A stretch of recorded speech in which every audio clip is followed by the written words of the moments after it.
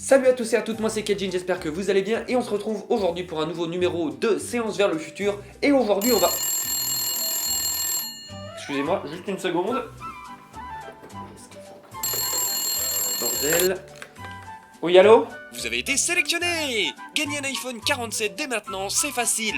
Il suffit de taper votre numéro de carte bancaire sur votre téléphone, suivi de votre relevé... C'est gentil. Et ils commencent à nous faire chier avec leur pub à la con, hein. Si on peut même plus être tranquille pendant les tournages, à un moment donné ça va vite me péter les couilles, hein. Or ce téléphone est même pas mangé. Encore? Allô? Vous avez été sélectionné! Gagnez une réduction sur les panneaux solaires dès maintenant, c'est facile! Il suffit de répondre... Non, non, je réponds non, ça ne m'intéresse pas, merci. Putain.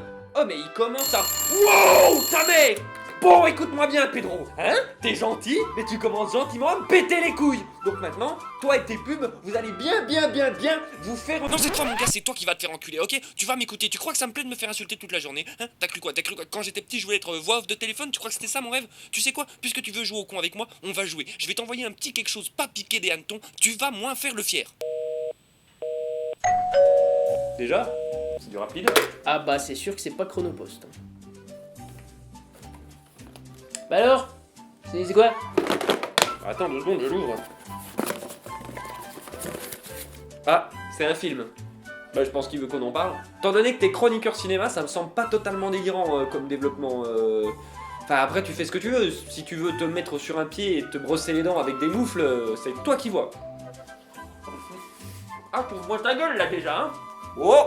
Et c'est quoi le film sinon? Le Machete, de Robert Rodriguez. Sainte Marie Mère de Dieu. Ah non, ça c'est ma réplique. Guantanamera, ma ville Guantanamera.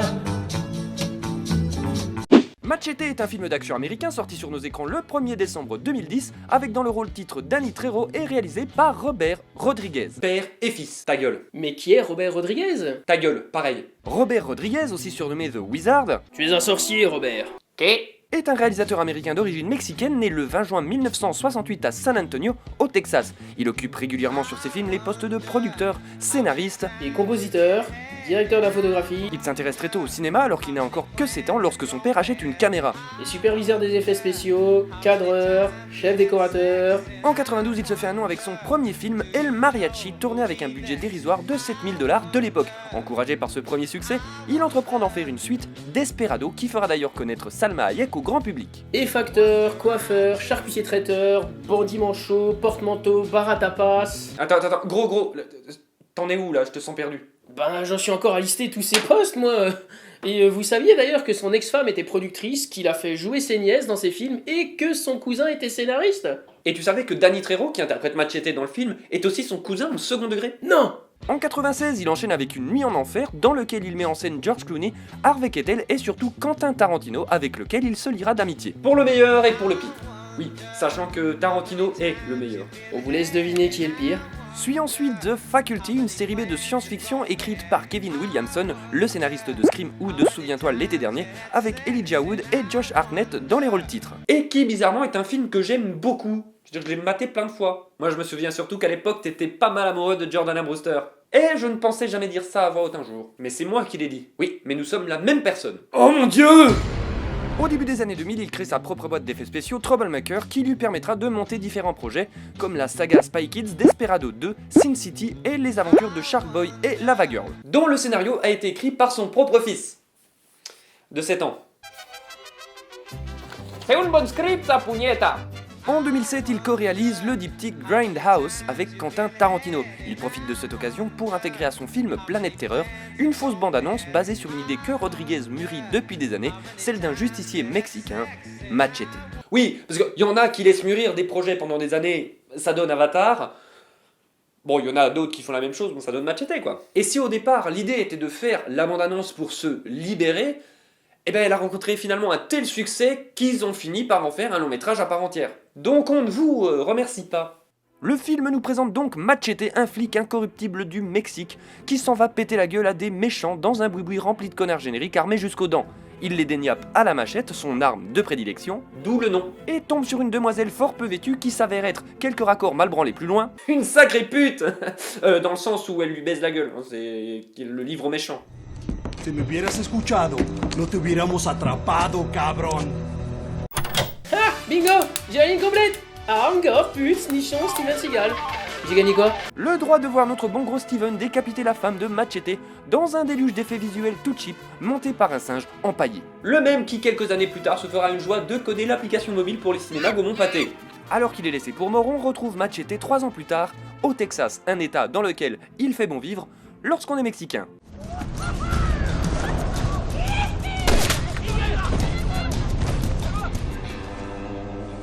T'as tout enregistré? Fais-moi un DVD, mes donateurs fortunés vont être aux anges, je suis sûr.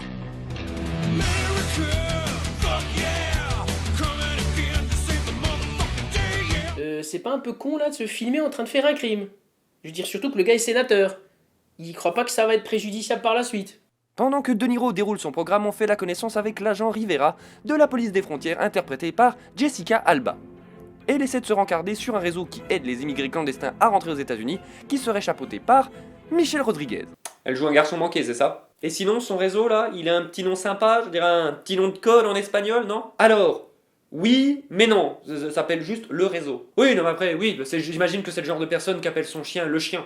Après un combat de rue contre un sosie au rabais d'Iggy Pop, Machete est engagé par un homme mystérieux que j'appellerai pour le moment Monsieur Broching. Mais il a pas de brushing ce type. Non mais ta gueule, c'est moi qui raconte. Ce dernier propose à Machete un paquet d'argent pour aller descendre le sénateur. Il hésite mais finit par prendre le pognon. On fait aussi la connaissance avec le personnage d'April, la fille de Monsieur Broching, une droguée interprétée par Lindsay Lohan, que son père vient récupérer avec pertes et fracas dans un squat de merde.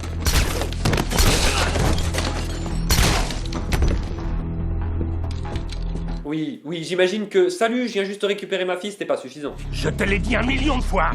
Je veux que tu te fournisses chez moi directement. Père de l'année. Machete arrive au meeting du sénateur dont le programme électoral me fait vaguement penser à quelque chose. Les étrangers, les infiltrés, les immigrés, ils traversent, éclairés par le soleil, cachés par la nuit, ils nous vampirisent, ces parasites. Ils nous ponctionnent jusqu'à ce que nos villes, notre comté, notre état, notre nation soient totalement exsangues. Le personnage est tellement cliché, quoi. Je veux dire, il en fait tellement des caisses. C'est n'importe quoi, je veux dire. Ça pourrait pas exister, un mec comme ça, en vrai. We need to build a wall, and it has to be built quickly. Alors qu'il hésite à tirer, Machete se fait avoir par l'homme de main de Monsieur Broching qui lui tire dessus, puis blesse le sénateur à la jambe. Non, tu veux dire que ce gentil Monsieur Broching est en fait un vilain conspirateur et qui fait tout ça pour faire gagner des voix au sénateur? Alors ça, c'est très tordu, mais bougrement intelligent. Après avoir échappé aux hommes de main les plus incompétents du monde, Machete se retrouve à l'hôpital avec des infirmières inutilement sexy et un docteur tellement balèze qu'après seulement 2 minutes de perfusion, revoilà notre super mexicain de nouveau sur pied. Les sbires de Monsieur Broching ont également retrouvé sa trace, ce qui va donner lieu à une scène particulièrement gore et complètement conne. Et ça nous permet aussi d'admirer les magnifiques talents d'illusionniste de Machete. Hop là, y a personne. Et là, surprise, ninja. Bon, finalement, il tue tout le monde dans une scène toute mal branlée et s'enfuit en empruntant les intestins d'un mec qui passait par là. Et oui, bonjour. Connaissez-vous le laiton? Le laiton est une race de cheval originaire de Lettonie. Et oui, sélectionné depuis le XVIIe siècle, il reçoit l'influence de nombreuses autres races de chevaux de trait et de sport d'Europe occidentale. Monsieur Wikipédia, ça faisait un moment qu'on s'était pas vu. Qu'est-ce qui vous amène? Ah oui, ça c'est pour pallier le gore et la connerie totale du film. Quand ça atteint un certain palier, paf, je lui ai demandé de combler avec un petit moment Arte, tu vois. Michelle Rodriguez vient à son tour à sa rescousse et le film se décide enfin à faire un petit peu d'exposition. Jusqu'à ce que Robert se rende soudainement compte qu'il est en train de transformer l'histoire en drame humain, et ça c'est pas trop possible. Oh mon dieu, un drame, c'est trop chiant. Vite, balancez des nibards.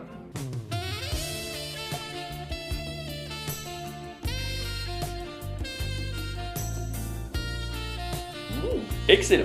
Excellent? Comment ça excellent? Non, pas excellent. Elle est même pas vraiment à poil, je veux dire, c'est une incruste. Et c'est mal fait. Entre-temps, l'adjoint de Monsieur Broching a retrouvé la planque de Machete et se lance à sa poursuite. Il a d'ailleurs, pour l'occasion, engagé à son tour une troupe de magiciens. Hop, personne dans la voiture, et hop, on est 5, ninja! De nouveau, Machete dézingue tout le monde, ce qui commence à agacer légèrement Monsieur Broching. Il décide de faire des recherches sur lui et découvre ce que tout le monde sait déjà. que c'était un ancien agent fédéral du Mexique. Tu es en train de me dire qu'ils ont attendu tout ce temps-là avant de faire des recherches? C'est ça que tu es en train de me dire? Ils se sont même pas rencardés un petit peu avant de l'embaucher? Je sais pas, quand tu prends un mec random pour faire un job aussi important, tu te renseignes? Ils sont cons les méchants dans ce film? S'il vous plaît, pourquoi les méchants sont débiles? Entre-temps, Machete s'est fait récupérer par Jessica Alba qui l'amène chez elle histoire de tenter de faire un petit peu d'exposition. J'ai peur que ce soit déjà un peu trop tard, mais vas-y film, vas-y. Et elle rencontre aussi Michelle Rodriguez qui se la joue Révolution du pauvre dans un hangar, ce qui me fait me poser quelques questions sur la temporalité de ce film, mais passons et allons directement à l'église. C'est bien, mon enfant, tu as enfin vu la lumière de notre Sauveur Jésus-Christ, que sa volonté soit faite. Amen. Non, pas moi, je veux dire, Machete dans le film va à l'église. Sainte Marie, Mère de Dieu, ayez pitié de nos âmes de pécheurs. Le padré, qui se trouve être son propre frère, lui apprend l'identité de Monsieur Broching et l'étendue du complot qui se trame dans son dos. Du coup, Machete se rend à la villa de Broching, prêt à en découdre, et comme il est pas là, il baise avec sa femme et sa fille. Et rebonjour, et on va parler un petit peu des cucurbitacées. Alors les cucurbitacées, eh bien c'est une famille de plantes dicotylédones de l'ordre des cucurbitales. Ils sont originaires, eh bien tout simplement des régions tropicales et subtropicales. Ça comprend environ 800 espèces réparties en 130 genres. Bon, je suis mauvaise langue, il récupère aussi les données de Monsieur Broching et propose à Jessica Alba de les décrypter, ce qui nous donne au passage un très grand moment de hacking.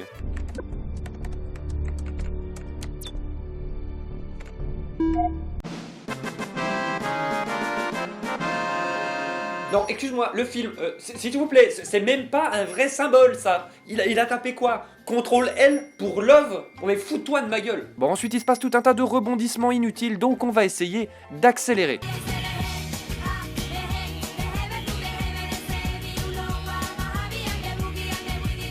Les mecs, il y a les années 2000 qui viennent d'appeler.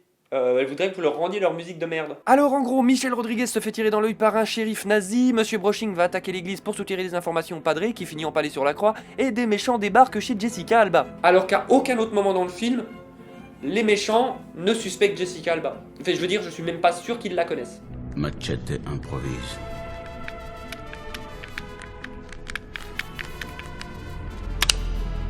Pendant ce temps-là, le sénateur et Monsieur Broching se font baiser la gueule quand une journaliste diffuse des vidéos les incriminant. J'en reviens à ma question initiale, pourquoi il a filmé ça? Et en plus, si c'est filmé avec un caméscope, pourquoi il y a des effets de montage? Il tente de fuir, mais le sénateur, qui se rend compte de la perfidie de Broching, lui vide un chargeur dans le buffet avant de carjacker un taxi mexicain. Machete, qui a pour l'occasion enfilé son costume de Crocodile Dundee, arrive pile à l'heure pour un dernier moment d'exposition nulle. C'est toujours le meilleur mort que Marion Cotillard dans Batman. Tu feras attention, ta blague devient un petit peu récurrente. Ah non, c'est de la moquette. On se rend compte que Lindsay Lohan et sa mère étaient retenus dans l'église, ce qui prouve bien que les méchants de ce film sont vraiment très cons. Je veux dire, ils sont venus et ils ont même pas été foutus de fouiller l'étage. Mais enfin bon, passons. Jessica Alba se fait enlever par Steven Seagal après avoir tenté un discours à la Independence Day, et du coup Machete s'arme pour aller lui botter le cul avec tout le gang des jardiniers. Réunion beer tuning sur le parking de la Halle aux Vêtements. Et c'est parti pour la bagarre, la grande scène d'action finale. Et si vous vous disiez que le film était particulièrement con jusque-là, vous n'êtes pas au bout de vos surprises. Alors tout le monde se retrouve comme par hasard au milieu de ce grand capharnaüm, mais putain c'est tout mal branlé. C'est tout cheap, les figurants les moins convaincants du monde se battent en arrière-plan, quand la caméra bouge, le cadreur a du mal à rester focus sur ce qu'il filme, il y a une succession de personnages secondaires qui pop alors qu'on n'était même pas au courant qu'ils étaient au courant, et Michelle Rodriguez revient d'entre les morts à moitié à poil. Le prépuce. Oui, ouais, bon. Le prépuce et le repli circulaire de peau mobile et coulissant qui couvre plus ou moins le gland du pénis, à l'état de flaccidité évidemment, et qui se rétracte en érection. C'est pas évident votre émission quand même, hein. Alors je vous zappe volontairement toutes les résolutions des sous-intrigues abracadabrantesques pour arriver directement au passage qui nous intéresse. La confrontation finale entre Danny Trejo et Steven Seagal. Merde, c'est pour ça qu'on est venu. Et même ça, ils l'ont raté. Regardez ça, c'est ridicule. On dirait deux gamins dans la cour de récré qui jouent au samouraï avec des épées en plastique. Tu le sens que les deux mecs sont vieux et gros ou bien? Et qu'il y a zéro chorégraphie. À mon avis, ils ont dû tout improviser à la pause déjeuner. Après une dernière tentative d'exposition qui arrive un peu tard, du genre 1h30 trop tard, Seagal se fait transpercer par Machete avant de mourir de façon... non, jugez par vous-même. Fais chier.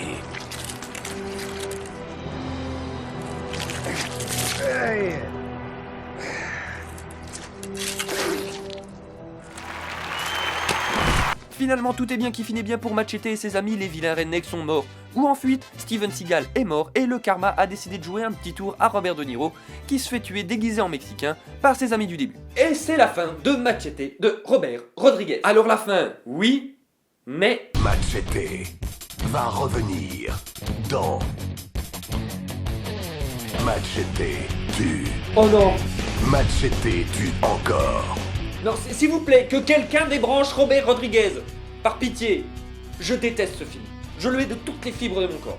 Alors on va commencer par évacuer ce qui me semble évident. Le scénario est un ramassis de clichés mis dans le mauvais ordre, les acteurs sont tous plus mauvais les uns que les autres, le héros n'a pas fondamentalement de but, et les méchants sont tous des clichés de série Z qui passent leur temps à se mettre eux-mêmes des bâtons dans les roues. Je vous en ai pas parlé plus tôt pendant la review, mais sur le Blu-ray du film, on retrouve quelques scènes coupées au montage final. Parmi celles-là, on découvre entre autres que Jessica Alba a une sœur jumelle, et que Rose McGowan avait un rôle dans le film qui a été par la suite totalement effacé. C'était d'ailleurs elle qui tirait sur Michelle Rodriguez dans le film, et pas le shérif nazi. Mais plus important, on découvre que des scènes importantes à la bonne compréhension du récit ont été coupées. Vous vous souvenez quand je vous parlais des tueurs à gages qui se pointaient chez Jessica Alba alors que rien n'indiquait que les méchants étaient courants pour elle? En réalité, il y avait bien deux scènes qui expliquaient comment et pourquoi ils en viennent à cette conclusion, ce qui rend la scène beaucoup plus logique. Je veux dire, à quel moment tu décides de couper cette scène-là? C'est n'importe quoi, c'est comme si dans Jurassic Park, je sais pas, on avait décidé de couper au montage la scène entre Nedry et l'homme d'affaires véreux qui veut voler les embryons. Ne dites pas mon nom. Autre fait intéressant, Chris Cooper, un acteur américain assez connu que vous avez pu voir dans des films comme American Beauty ou La mémoire dans la peau, avait été approché pour interpréter un des personnages, sûrement celui du sénateur j'imagine. Il refusa et déclara plus tard « C'est la chose la plus absurde que j'ai jamais lue ». Et je dois dire que je suis plutôt d'accord avec cet homme-là. Et pourtant j'ai vu tous les Twilight. Et tous les Adam Sandler. J'ai du mal à savoir si ça fait de toi quelqu'un de vraiment brave ou de vraiment stupide. Une autre chose qui a tendance à vous pourfendre la rétine avant de vous pisser dans ce qui reste de vos globes oculaires meurtris, c'est la mise en scène. Mon Dieu, que c'est mauvais. C'est assez rare que je dise ça, mais là on atteint vraiment le fond avec le niveau 0 de la réal. C'est mal cadré, c'est monté à l'encontre du bon sens le plus élémentaire, c'est surcuté, et il y a beaucoup trop de zoom, de ralentis et de raccords dans l'axe, qui en plus d'être mal exécutés, sont bien souvent totalement superflus. Et c'est même pas ça le pire. Non, le pire c'est que le film est une succession interminable de plans fixes sans aucune fulgurance ni aucune inventivité. Il y a bien ou deux petits travelling d'un ou deux mètres, mais sans déconner, globalement il n'y a pas une putain de scène dynamique de tout le long métrage. Alors que c'est vendu comme un gros trip d'action décomplexé, donc vas-y, toi, fais-toi plaisir, filme des choses marrantes, vas-y, pète un câble, je sais pas, mais te contente pas juste de poser ta caméra sur un pied, bordel. Un très bon exemple de ça se trouve en fin de film, lorsque Machete se bat enfin contre Steven Seagal. On sait très bien qu'ils sont tout vieux et tout gros, et qu'ils risquent sûrement de se battre comme deux pâtés lorrains, mais je l'aurais à la limite excusé si la chorégraphie et la mise en scène du truc avaient rendu ça fandard. Mais là c'est tout plat, c'est mal cadré, mal monté et sans aucune chorégraphie. Ça rend au final la scène super chiante à regarder mais aussi super frustrante, parce qu'on nous a fait monter la sauce depuis le début et que ça se termine sur un climax sans enjeu et sans dynamisme. Et vous savez quoi ? C'est même pas ça le pire. Je l'ai déjà dit en début d'épisode, mais Rodriguez est devenu ami avec Tarantino, qui l'a plus ou moins adoubé lorsqu'ils ont réalisé le projet Grindhouse, accouchant de deux films, Death Proof pour Tarantino, bon qui était pas terrible, faut bien l'avouer, et Planète Terreur pour Rodriguez. C'était pas mieux. Après ça, les gens ont eu tendance à assimiler le genre de Rodriguez à celui de Tarantino, à savoir celui des films de genre rétro, un peu Z, inspirés des films d'exploitation de leur jeunesse. Sauf que voilà, Rodriguez n'a rien à voir avec Tarantino. Mais vraiment rien à voir. Tarantino a su intelligemment digérer les codes de ses séries Z pour en sublimer les défauts et les qualités. En résulte des personnages bigger than life, toujours très en décalage avec le monde qui les entoure, et une mise en scène viscérale et sincère, dans lequel on sent tout l'amour et l'affection que le réalisateur a, pour ce genre-là en particulier, mais aussi pour le cinéma dans sa globalité. Robert Rodriguez, en revanche, n'a jamais eu, selon moi, la moitié du quart du tiers du talent de Tarantino. Il ne fait pas des films inspirés de séries Z, il fait des séries Z. Et Machete en est un exemple flagrant. On est devant un navet pur et dur, réalisé à la va-vite avec tous les défauts que j'ai déjà cités. Et vous savez quoi ? C'est même pas encore ça le plus ouf. Parce que, je veux dire, faire des mauvais films dans leur exécution, c'est pas si grave. Ce qui finit vraiment par me taper sur le système, c'est la démarche avec laquelle le film a été produit. Rodriguez lui-même a déclaré « Mon téléphone n'a pas arrêté de sonner pendant 2 ans jusqu'à ce que je finisse par dire « Ok, on va donner aux fans ce qu'ils veulent ». Ce qui veut dire que le film a été conçu en amont pour répondre à un cahier des charges bien particulier. C'est une démarche cynique que je déteste. Pourquoi se faire chier à bien faire, puisqu'en se contentant d'un public de niche et en leur donnant ce qu'ils demandent, on s'en sort toujours. Ce qui soulève finalement une question qui me semble fondamentale, doit-on donner aux spectateurs ce qu'ils réclament? D'un côté oui, parce que si tu fais un film en n'ayant aucun respect pour ton audience, c'est un peu salaud, mais à trop suivre bêtement ce que veut le public, on en arrive à un stade où tous les films se ressemblent. C'est marrant parce que une des choses que j'ai entendues à propos de Machete, c'était de dire que ça faisait du bien de voir un film qu'on n'avait pas l'habitude de voir, décomplexé et subversif. Sauf que, désolé les potes, mais Machete c'est ni subversif, ni décomplexé et encore moins original. Finalement, si vous le dépouillez de toute son esthétique gore et putassière, le film ressemble à beaucoup de grosses productions hollywoodiennes en fait. On a un héros, tout ce qu'il y a de plus classique, qui se bat contre des méchants et qui chope la fille à la fin. C'est le truc le plus basique qu'on puisse voir, et c'est pas parce que le film fait ça avec une lumière moche, des cadres dégueulasses, des SFX au rabais et un acteur mexicain has-been, que ça en devient subitement un caillou dans la chaussure. Donc ouais, Machete c'est juste un très mauvais film d'action avec des gros flingues, beaucoup de sang et des nibards, rien de plus, rien de moins, et je me dis que le cinéma d'action a beaucoup mieux à proposer. Si vous aimez les aideries mais faites avec un certain sérieux et du talent, je vous recommande l'excellent Piranha 3D d'Alexandre Aja, c'est bête et méchant comme il faut, mais c'est super fun et super jubilatoire. Et c'est con parce que sur le papier j'adorerais aimer Machete, mais non, je suis désolé ça passe pas. Et vous savez ce qui m'énerve le plus au final dans cette histoire ? Et promis, c'est la dernière fois que je le dis. Après tout ton discours, je te cache pas que je commence à être un petit peu impatient. C'est que c'est sorti la même semaine qu'un autre film que j'adore beaucoup par contre, et qui a eu le droit, lui, qui a une pauvre sortie technique de merde que tout le monde a boudé, qui a fait un gros bide en salle, c'est Scott Pilgrim vs The World d'Edgar Wright, un pur chef-d'œuvre de culture geek que je recommande vraiment à tout le monde. Quoi, c'était ça la finalité de l'histoire? Pointer du doigt le mauvais goût des gens qui sont allés voir Machete plutôt que Scott Pilgrim? Ceci dit, c'est légitime quand on y pense. Mais alors du coup, si tu veux être totalement raccord, le mois prochain, on parle de Scott Pilgrim. Alors c'est-à-dire que j'avais un peu promis aux stagiaires qui pouvaient choisir le film de février. Un stagiaire? Quel stagiaire? Coucou! And the passenger